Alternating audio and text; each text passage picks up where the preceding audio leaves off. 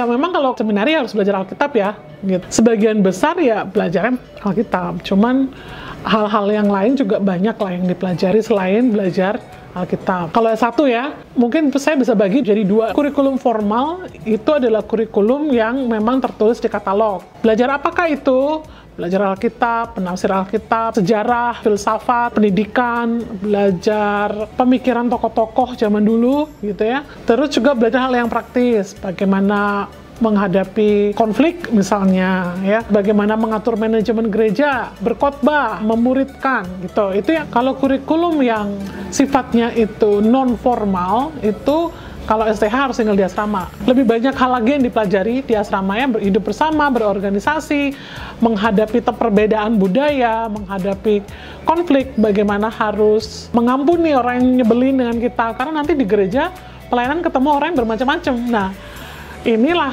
dipraktek dulu gitu dalam kehidupan berasrama.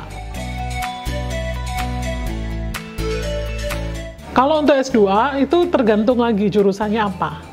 Jadi S2 itu kan ada MTH, ada Emin Marketplace, ada Emin Pastoral Ministry, kemudian ada juga MPDK gitu. Kalau MTH memang untuk orang-orang yang pelayanannya di gereja gitu, mau jadi dosen, teologi, terus yang memang orang yang mengembangkan pelayanan gerejawi ya. Jadi pelayanannya akan dilengkapi dengan kurikulum yang dirancang.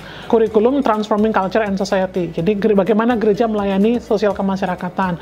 Kalau MPD itu kan dipersiapkan untuk jadi para pendidik. Dalam arti pendidik itu bukan guru ya, bukan cuma guru, tapi bisa jadi chaplain, bisa jadi perancang kurikulum, dan seterusnya gitu. Jadi ya mata kuliahnya ya banyak tentang pendidikan Kristen gitu. Nah kalau marketplace untuk orang-orang Kristen yang melayani di dunia kerja, ya itu beda lagi gitu. Jadi nggak semuanya satu jurusan gitu ya. Kadang orang pikir, oh cuma belajar Alkitab doang.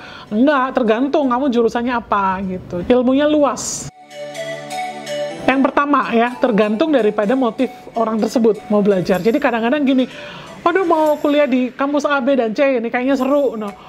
Sekarang ya, tapi kalau dirimu sendiri nggak punya motivasi, maka apapun yang dipelajari ya nggak akan menyenangkan hatimu gitu. Kadang-kadang ada orang, waduh jadi pendeta, terus bawaannya itu terlalu serius ya. Masuk SCTB itu usiamu menua 50% gitu. Masuknya 18, nanti keluar-keluar mukanya udah kelihatan umur 45 gitu. Belajar teologi itu harus dibuat menyenangkan oleh dirimu sendiri. Jadi walaupun menghadapi kesulitan, menghadapi tantangan, kalau kamu merasa bahwa ini adalah panggilan dari Tuhan, dan aku menjalaninya dengan sepenuh hati, karena aku tahu tujuannya, maka pendidikan teologi akan menarik sih menurut saya.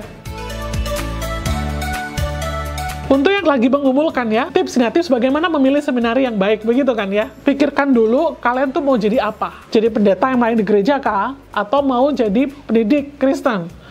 Nah, kemudian ya cari sekolah mana yang menyediakan pendidikan yang sesuai dengan yang kalian mau gitu. Kalau SCTB kan visinya adalah mendidik pekerja, ya hamba Tuhan gitu ya, yang melayani di urban konteks. Nah, kalau kalian pikir, oh ya ini saya kayaknya suka belajar tentang problematika kota dan sekitarnya, lalu bagaimana gereja bisa memberkati kota gitu ya, maka SCTB adalah pilihan yang tepat bagi saudara gitu.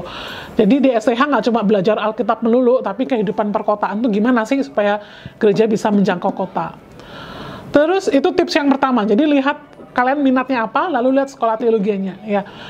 Kemudian baca kurikulumnya gitu. Ini banyak ya pengalaman mengetes mahasiswa baru ya, khususnya S2. Jadi kalau S2 pun banyak jurusannya. Misalnya kalau MTH ya, ada yang konseling.